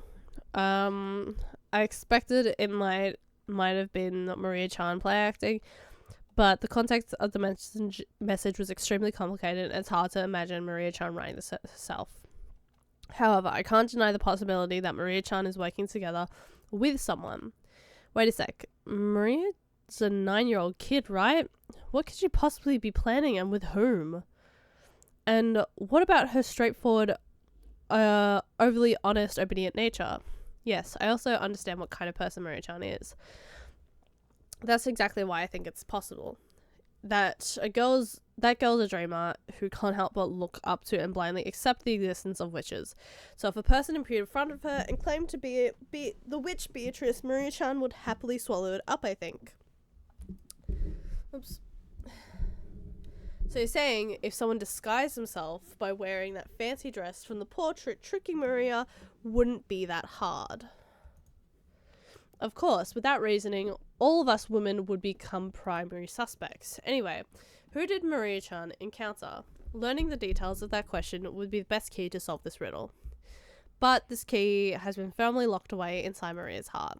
Everyone denied the existence of the witch without listening to her, barraging her with too many questions about who Beatrice actually was. She probably won't open up her hearts to the adults now. In the dim hall in front of the portrait of Beatrice, Maria was sobbing. Uwu, uwu, no one believes I met Beatrice. Uwu, uwu, even though I showed them the letter Beatrice gave, they still don't believe. Uwu, uwu, uwu, hic, hit.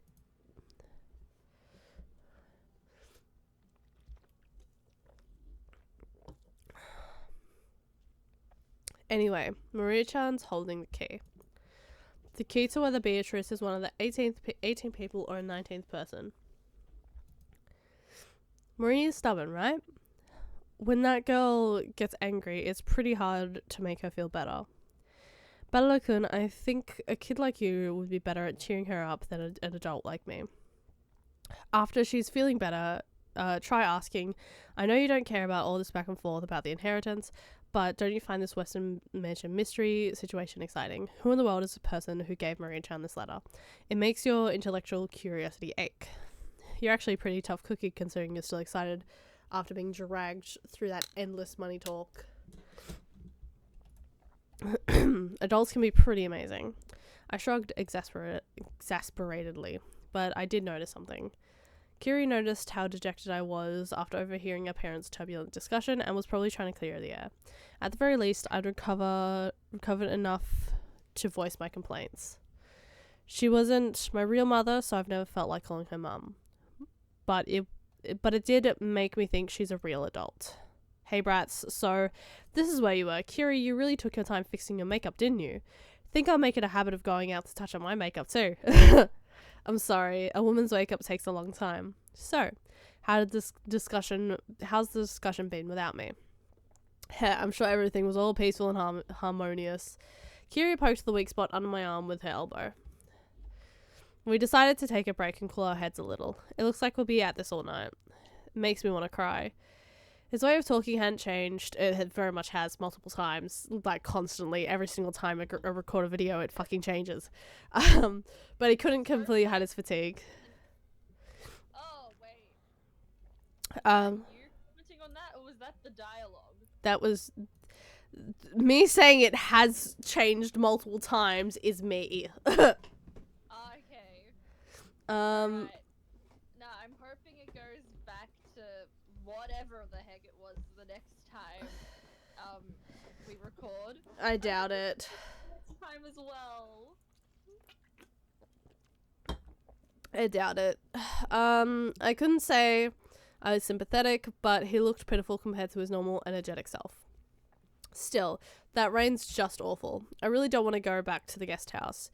It looks like Natsuhi and their son set things up so we couldn't spend the night here in the mansion. What'll we do? We don't need to decide until you're done, right? If you run so low on energy that you can't return to our room, then we can take them up on their offer. You're right. We can think about this later. What about you, Butler? If I stayed, I'd just get in the way. I'll be nice to go back over there. I see. I'll be nice and go back over there. I see. Will you go back soon? No. It'd be lonely to head back all by myself. I've gathered all the kids and we'll head out. Okay. You go do that. Also, Butler. You won't be going to sleep that easily tonight, right? Yeah, I'll probably be up talking with the cousins. Sounds like we'll be up all night. Is there a problem with that? I see. If you're still awake when the adults' discussion is over, I want to have a little talk as a family. A what? That doesn't sound like you. Apparently Kiri was thinking the same thing. What are you talking about? She asked him in a small voice. It was like Kiri didn't have a clue what Dad meant either. I also want to talk to you about it, Kiri. I'll tell you later, so don't ask now, please. I don't know anyone who neglects the concepts of family as much as this old bastard. And now he's saying we're gonna have a talk as a family? Both Kiri and Xian and I couldn't help but get wide-eyed. Don't look so terrified. I'm the one who should be terrified. After all. After that point, he swallowed his words in an instant. Even though putting on airs of importance wasn't much like my dad. You're freaking me out, Dad. Everyone in our family is gathered here now, right? Don't make a big deal out of it and spit it out. Tonight, I will probably be killed. Whoa! What? There was a huge crash of thunder. It must have been really close. Dad's expression, brightly illuminated by the lightning, was burned into my eyes. Dad's face, which always looked so sure of itself. Oh, bro, finally. I know. Like, you might not be able to give him that voice soon. I mean, what? Oh, bro. I'm trying to see if I get a second sneeze in. A sneckend? A second sneeze. Getting in that sneckend sneeze. Sneckend sneeze. Heckin' sneckend sneeze. Okay. Taunting expression was strangely frail in only a way I couldn't really explain.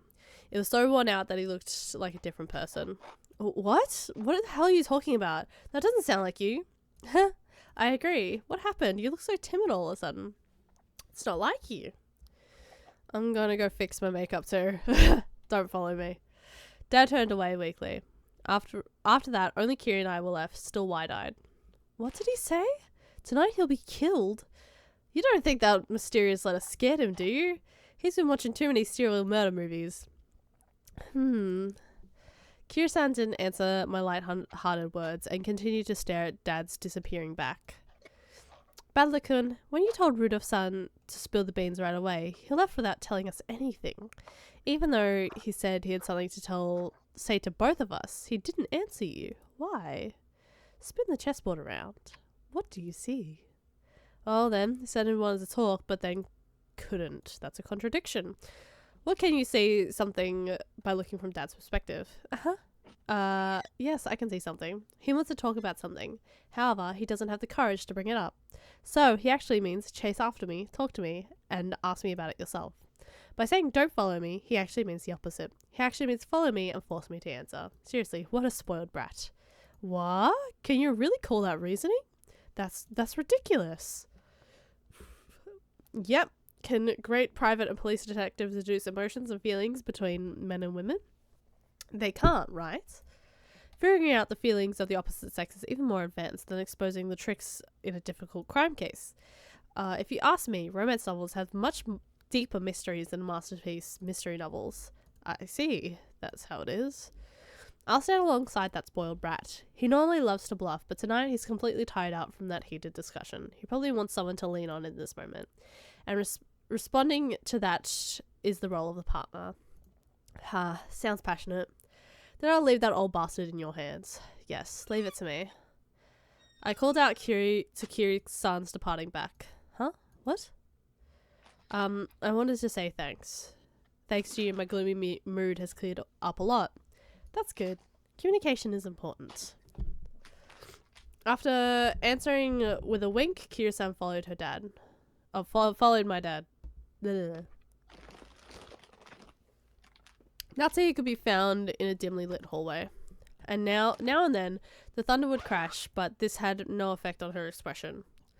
She looked completely worn out. The discussion had just taken place between the relatives in the dining hall was repeating itself inside Natsuki's mind.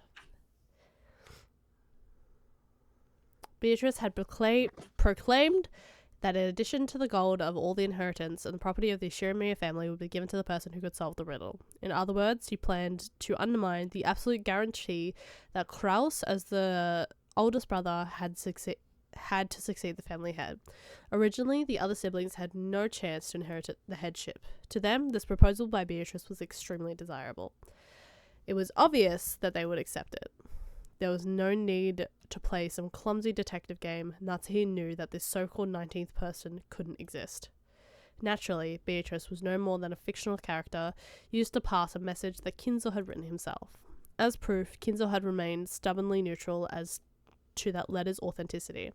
He was completely ignoring the reckless claims that he shouldn't be able to ignore. That he had given up the head's ring.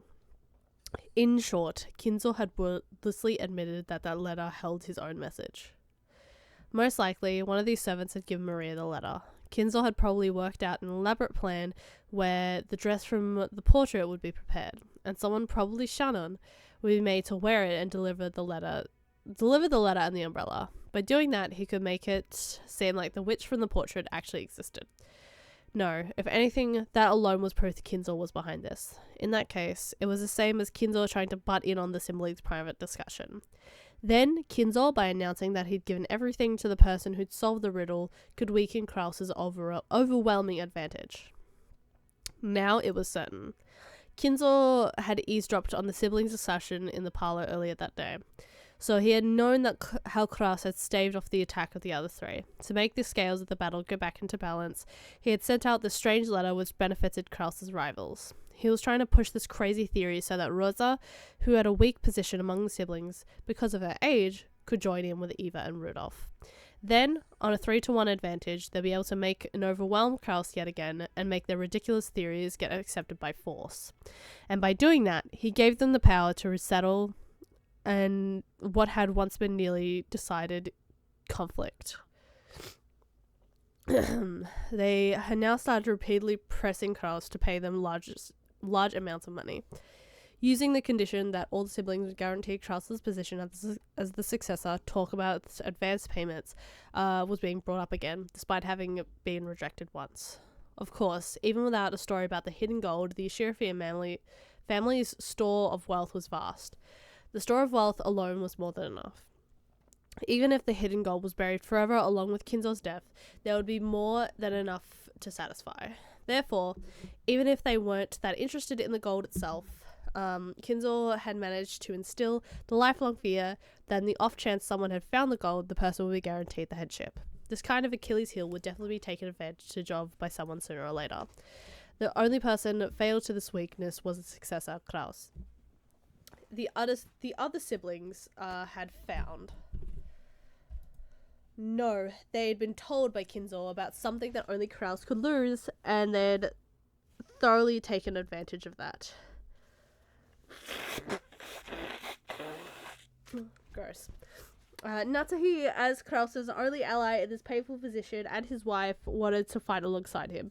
She kept trying to explain to him that the existence of the gold itself was a farce, and there was no need for him to compromise. Kraus always told Natsuhi, he had told all of the siblings, he had always said that the hidden gold was nothing more than an illusion created by Kinzo. Therefore, Natsuhi had believed it as his wife and supported her husband on that foundation. Even so, Natsuhi's word didn't reach Kraus. Even though Natsuhi fought so hard and had lent all of her strength, he continued to fight by himself and was trying to compromise with the other three siblings. Natsuhi sadly and weakly wondered why she could not be of use to him and then started getting angry. It had happened when everyone decided to take a short break to cool their heads. Natsuhi had flared up against Kraus. Enraged, she had asked him why she could not be useful to him. He had told her that he wanted to talk about something and invited her into a room that she was not normally allowed to enter. The room had been sealed with a heavy-looking padlock, and just looking at it had given her an uncomfortable feeling. There is no need for you to worry about anything against Baldosli, or even the suspicious person who calls herself Beatrice. After all, the gold is the ruse created by Father. There is no need. There is no way something like that could be found. Your position as the successor is a solid fact. What are you afraid of? Kraus removed the padlock on the door. He motioned for Natsuhi to enter. Enter. What is this? There's something I want you to say. I've never shown this to you before. Natsuhi timidly opened the door with a dubious expression on her face. It was pitch black. She searched for the switch to turn on the lights, but since this was her first time in the room, she didn't know where it was. Kraus entered behind her, pushing her in. When he closed the door before turning on the light, the two were swallowed up by the darkness. Only the sound of Kraus locking the door rang out through the dark. What are you doing? The lights? I'm turning them on now. Wait. Just as he said that, Kraus pushed a switch on the wall, flicking the lights on and lit up the room. That is... Natsuhi had her breath taken away. The room had no windows, and at a glance it appeared to be empty. Then, in the middle of the room, a small round table had been set, and the lights brightened only that table as if it were leading the partner play. On top of the table was a red tablecloth of elaborate design that had been set out covered with dust, and on top of that, something about the size of a grown man's arm had been set down. That something took Natsuhi's breath away. Oh shit! It's a gold ingot of incredible purity. Without this, no one would have believed in the legend of gold. It was an ingot of solid gold. Even in the faint light, its sparkle was notable and dignified glint. This is not a proper ingot. I don't even know whether it was cast inside or outside of the country. It took a high level of skill to make the purest of solid gold ingots. And in order to verify that purity, it was standard to have the original foundry and the name of the bank that guaranteed it printed on the gold. However, this ingot did not have that kind of seal. This mysterious gold bar has come from an unknown foundry. Look here. There's nothing to be afraid of. It's just a bar of gold. Natsuhi, following Kraus's word, timidly approached the ingot. Right there. Kraus pointed to the surface of the ingot. Natsuhi concentrated on that section. Right there was the imprint of the one-winged eagle crest. Natsuhi's breath was taken away once again. That's right. This is the legendary inglet that father said he received from the witch that the president of the Maruso witnessed and was allowed to select at random to take back with him. That gained the trust of the fixers in the business world. I had to use all possible means to find it. I found it before the other siblings could. How could? Then, the legend of father's gold is... It actually exists. The gold that Ushirimiya Kinzo received from Beatrice actually exists. Impossible? So it really does exist? Natsuhi was shocked. Karasu had always said that Kinzo's gold was just a fabrication, so she had believed it as his wife. However, the reality was different. Since he held definite proof, he had been more certain than any of the other siblings that the legend of gold was true. Because of this, Kraus was deeply frightened at the possibility that someone other than himself would find the gold he had failed to find, costing him everything. But to Natsuhi, this truth was more than enough to split open her heart. She had thought that as Kraus's wife, she should be his closest confidant. Which is why she had selflessly supported him. And yet, he had hid this fact from her until today. Why? Have I been so undeserving of your trust? That has never been my intention. There's simply no need to tell you.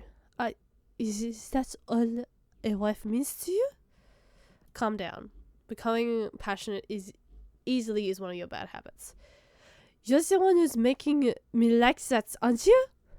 I've been supporting you as a wife ever since I married into this family. For your sake, I threw away the family I was born into, in France. And I've been opening up my heart and my body to serve you. I could be in France right now. And in return, this is what I get? How could you? Kraus grimaced, looking annoyed. His expression effectively communicated how much he disliked this part of Natsuhi, even if he didn't say it out loud. It doesn't look like I'll be of any use to you anymore. That's fine. I can resolve the troubles with the siblings by myself. I don't need your help. Fuck you, Kraus. That's wrong! This is the Oscillum family's problem. It's true I am not permitted to wear the crest on my body, but I am still your wife. Even so, are you saying that I'm not capable of helping you? I could be in Paris, I could be eating a croissant, but no, I am here in this fucking house in Japan. Being disrespected by the likes of you. Are you? I especially wouldn't want to risk you getting involved. It would probably make your headaches even worse than they are now. Take a rest for today. The siblings will deal with the siblings' problems. It has nothing to do with you. That is all.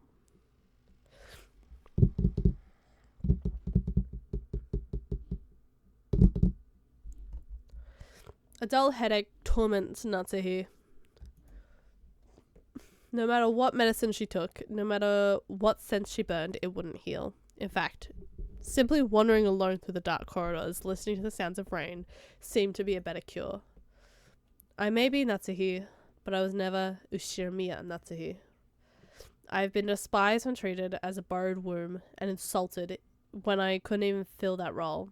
Even so, I have tried to properly perform my duties as a wife, but now even my husband has rejected me. I've done my best raising my daughter as if it were the last job left for me.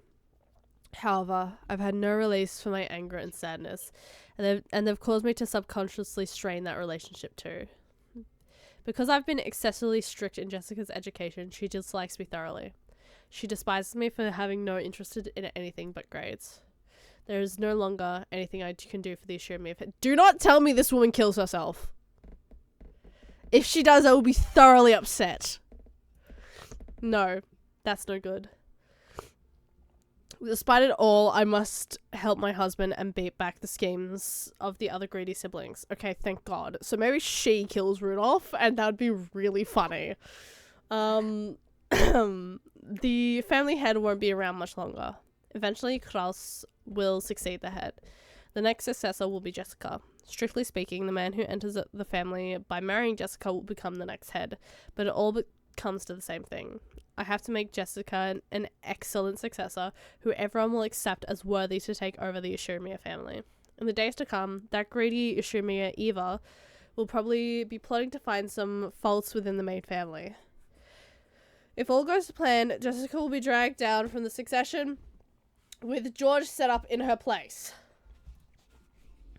It is regrettable, but George is a man and even more matured as a person, compared to Jessica, who is right in the middle of her rebellious period, whose grades are slightly below average. It can be seen at a glance who is more fit to succeed as the head. So in order to secure Jessica's position, I need to turn her into an excellent person. After doing that, I want to find her an excellent husband worthy of the excellent person she will have become. A wonderful man who will truly accept Jessica and stay with her through all her life's joys and sorrows. What about a woman? Granted, that won't fit her agenda, will it? The straight agenda. No. No. Was Natsu trying to entrust her daughter with fulfilling some desires of her own? Natsu thought back to the days when she'd had no choice but to marry into the Ushirimiya family. Because of that unavoidable fate, she had tried to block that from her memory. She had consciously forgotten it and actively attended to the life she'd been given as Ushirimiya Natsuhi. And in doing so, she had built up a new life. But just now, it felt like all of that had been casually rejected. How should I think as I live my life? I do not know. Natsuhi helplessly rested her head against the glass of the window. The glass, which was cool thanks to the raindrops beating against it, felt somehow refreshing, even though it should have been emotionless. Right then, it seemed to be the only thing that could understand Natsuhi. At that point, even if someone had appeared, Natsuhi didn't intend to pay any attention to them. But she did pay attention, because it was her beloved daughter. Oh, it's you, Mum. What the heck are you doing in a place like this? I thought you were a ghost. Just like always, her words were rough and not at all like a girl's. Instinctively, words of rebuke rose to Natsuhi's throat. However, their strength gave out and they didn't escape her lips. Jessica, forgive me, but my headache is awful. Please, leave me be. I see. Jessica was seeing her mother in a position of feebleness for the first time, so she was considerably disconnected. Up until now, she'd been filled with the contempt of her parents, including her mother, but now those feelings had been completely swept away. Her mother's utterly exhausted face had wiped them all out. In its place, the words of George had told her floated back up in her mind. Her parents are doing their best in their own way, and because their families are counting on them, they can't afford to keep everything pleasant and have the heavy responsibility to fight. Maybe her mother had been standing around in this dimly lit hallway because no one had tried to understand that part of her. Jessica hated her mother, so she had no intention of speaking kindly to Natsuhi just because she was looking a bit frail. So when she attempted to speak kindly to her mother anyway, she had clenched her fist and gathered up the words from deep in her heart. It sounds like you've really got your hands full with that meeting thing. It has nothing to do with you. Please go somewhere else. Is your headache bad? Should I go get some medicine? You don't have to trouble yourself. Please leave me alone. Natsuhi wasn't being cold. She wanted her daughter to go far away so that she wouldn't have to bump against Natsuhi's own short temper. But there was no chance that Jessica would realize this. Okay. Jessica hung her head, looking sad. Seeing that expression, Natsuhi recognized the kindness that Jessica was trying to muster. She gave her head a small shake to drive away her own unkind feelings. Then I'll leave. I'll be with the other cousins, so I don't get in the way of the adults. See you later. What's there? She called Jessica, who was trying to leave, looked lonely, to a stop. What? Thank you for being so considerate. It isn't good of me to go sleep and leave you alone. Don't talk like that. You'll bring bad luck. I've made you right, but I'm okay now. I will go. If I let my daughter see me this feeble any longer, I'll only make you feel more uneasy. With that thought in mind, Nazi left. Oh, she wasn't talking? They need a fucking... Yeah. Nazi left Jessica with a word of gratitude and made it depart. This time, Jessica called out to her mother's back. Nazi stopped and turned around, asking what business Jessica had with her. Jessica herself didn't know why she had stopped her mother, and for a while she smiled wryly, muttering to herself as she hesitated of what to say. She was poking around in her pocket when her hand touched something and she took it out. Hey, Mum, I was given a charm today. What was it? A charm against magic? I'm pretty sure you were supposed to hang it from your doorknob, I think. I forget. There's no point in me having it, so I'll let you take it. It was a scorpion charm that Maria had given her on the beach. Although she'd heard of the various effects from Maria and Jessica's mind had gone blank, she was barely able to say even that much. Jessica, thinking that her mother probably wouldn't accept it anyway, immediately drew back the hand she had stuck out, grasping the charm. So when Nazi came back to take it, she was extremely shocked. What is this? Some kind of pleister? Well, I think it's something like that. I guess I wouldn't really expect the charm to look like a toy to do anything. But her mother took the charm from where she grasped it in her hand. Thank you. I'll take good care of it. Sometime soon, in exchange, why don't I give you a charm that was important to me when I was a child? It's not like that's why I gave it to you. But, well, if you really say so. Then I will rest for now. My headache is awful. Try not to stay up too late. Sure. Nazi puts the charm in her pocket and turned away. She then disappeared into the dark hall.